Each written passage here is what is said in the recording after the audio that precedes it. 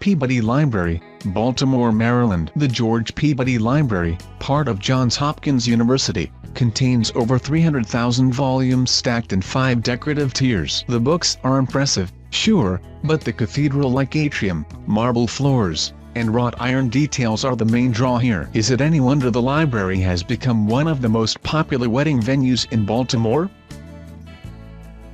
Seattle Public Library, Central Branch, Washington. Designed by Pritzker Prize-winning Dutch architect Rem Koolhaas, the SPL's Central Branch building juts out of the downtown skyline. The glass and steel edifice stands 11 stories tall, and due to its location on a hill you can enter and exit on different floors. The inside pops thanks to a vivid green color used as a decorative touch on walls and in the elevator fitting, since Seattle's nickname is the Emerald City.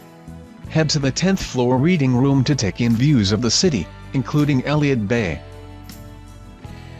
Stockholm Public Library, Sweden. Stockholm's public library was designed by Swedish architect Gunnar Asplund, who is also known for his work on the Skandia Cinema and the UNESCO World Heritage-listed Woodland Cemetery. The round main hall has books in every Nordic language and a white, textured roof that was designed to look like clouds.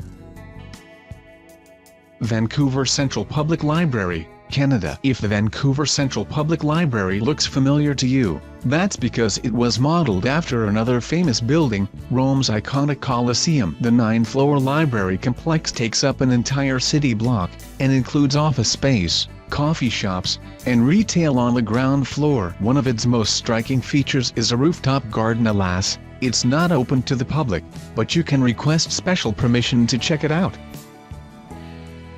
Streethove Monastery Library, Prague, Czech Republic. The Streethove Monastery in Prague was originally founded in 1143. Despite wars, fires, and other disasters, the order endured and built its library in 1679. The library's best-known features are its remarkable ceiling, which is covered in biblical frescoes, and the compilation wheel that can turn and rotate shelves in order to make books easier to find without knocking any of them over.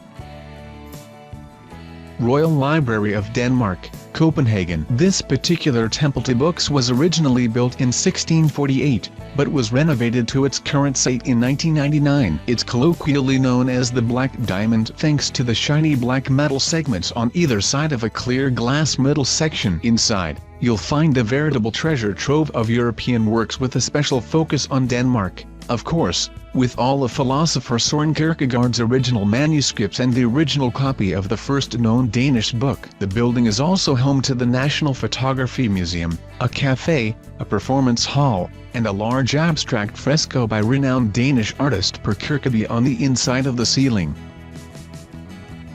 Cardiff Central Library, United Kingdom. The Welsh capital has a long history of supporting libraries. Its first one was built in 1861, mostly with public money. The latest incarnation, completed in 2009, is patterned with tall, thin panels of blue, black, and green glass designed to resemble the spines of books. A steel sculpture called Alliance, which represents Cardiff's journey from past to present, sits in front of the library. At night, the sculpture glows as words in Welsh and English are projected on it. Providence Athenaeum, Rhode Island. Although the Providence Athenaeum is a library open to the public, it's not one paid for with state money. Instead, the small but beautiful Greek Revival building is supported by private donors. There's a heavy focus on Rhode Island history and authors who hail from the Ocean State, including Providence native H.P. Lovecraft. You'll find a bust of the famed horror author on display, with familiar names like Guillermo del Toro on the list of benefactors. Stuttgart City Library, Germany. Situated in a concrete cube in the heart of southern Germany, this isn't your average library. The main attraction, a 5-story reading room shaped like an upside-down pyramid, looks more like an M.C. Escher drawing than a library. Until you notice the hundreds of thousands of neatly stacked books. That is cozy, not really beautiful, you bet. Library of Alexandria, Bibliotheca Alexandrina, Egypt. Alexandria was once home to the most famous library in the world. Now, Egypt pays homage to its biblio-heritage with this sleek granite building. The circular structure, designed by Norwegian firm Snohetta, is covered in carvings done by local artists and sits next to a large reflecting pool. Although there are plenty of books in 3 languages, Arabic, French, and English, there are also museums, a planetarium, and a lab dedicated to restoring and preserving ancient manuscripts. Biblioteca Vasconcelos, Mexico City. Biblioteca Vasconcelos is truly something to behold. Inside, you'll find more than 470,000 books stacked in hanging shelves, with curious details like see-through walls and floors and a white whale skeleton on display. Outside, the 820-foot building, made of concrete, steel, and glass, sits in the middle of a lush botanical garden containing flora native to Mexico. So if you're looking for a little nature with your culture, you now know where to go. The Library of El Escorial, San Lorenzo de El Escorial, Spain. Not only is the Spanish library a work of art, it's also part of a UNESCO World Heritage Site. Originally commissioned by King Philip II, the library's most dazzling feature is a series of 7 frescoes that depict the liberal arts, music, rhetoric, astronomy, and so on. The town of San Lorenzo de El Escorial, which is about 45 minutes outside of Madrid, has long been a favorite of Spanish royals, and there's plenty more to see here beyond the library, including a monastery, gardens, and the pantheons of former princes and kings. Baitu Public Library, Taiwan. Much as we love them, printed books may not be the most eco-friendly thing, but everything else about the Baitu Public Library in Taipei, Taiwan, is ultra-green. The 2-story wooden building has a slanted roof that almost makes the library look like it's winking at you. There are balconies along the sides, complete with rocking chairs where you can curl up with your favorite novel.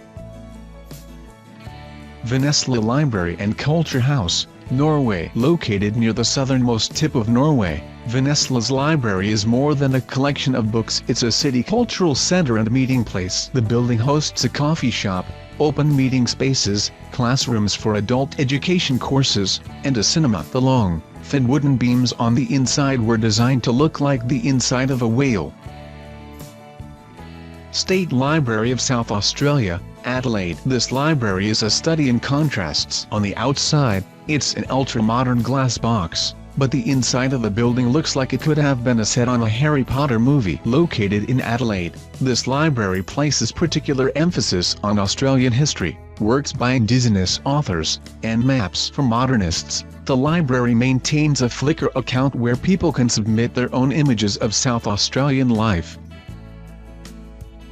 Tama Art University Library, Tokyo, Japan. Completed in 2007, Tokyo's Tama Art University Library may be modern in design. Think concrete arches, glass walls, minimalist furniture, and tidy rows of computers, but it still manages to have a classic, almost ancient feel. Perhaps the 100,000 books add a touch of archaism, or perhaps it's because the sleek structure sort of resembles a vaulted wine cellar. Either way, this complex structure certainly belongs on every architecture lover's bucket list.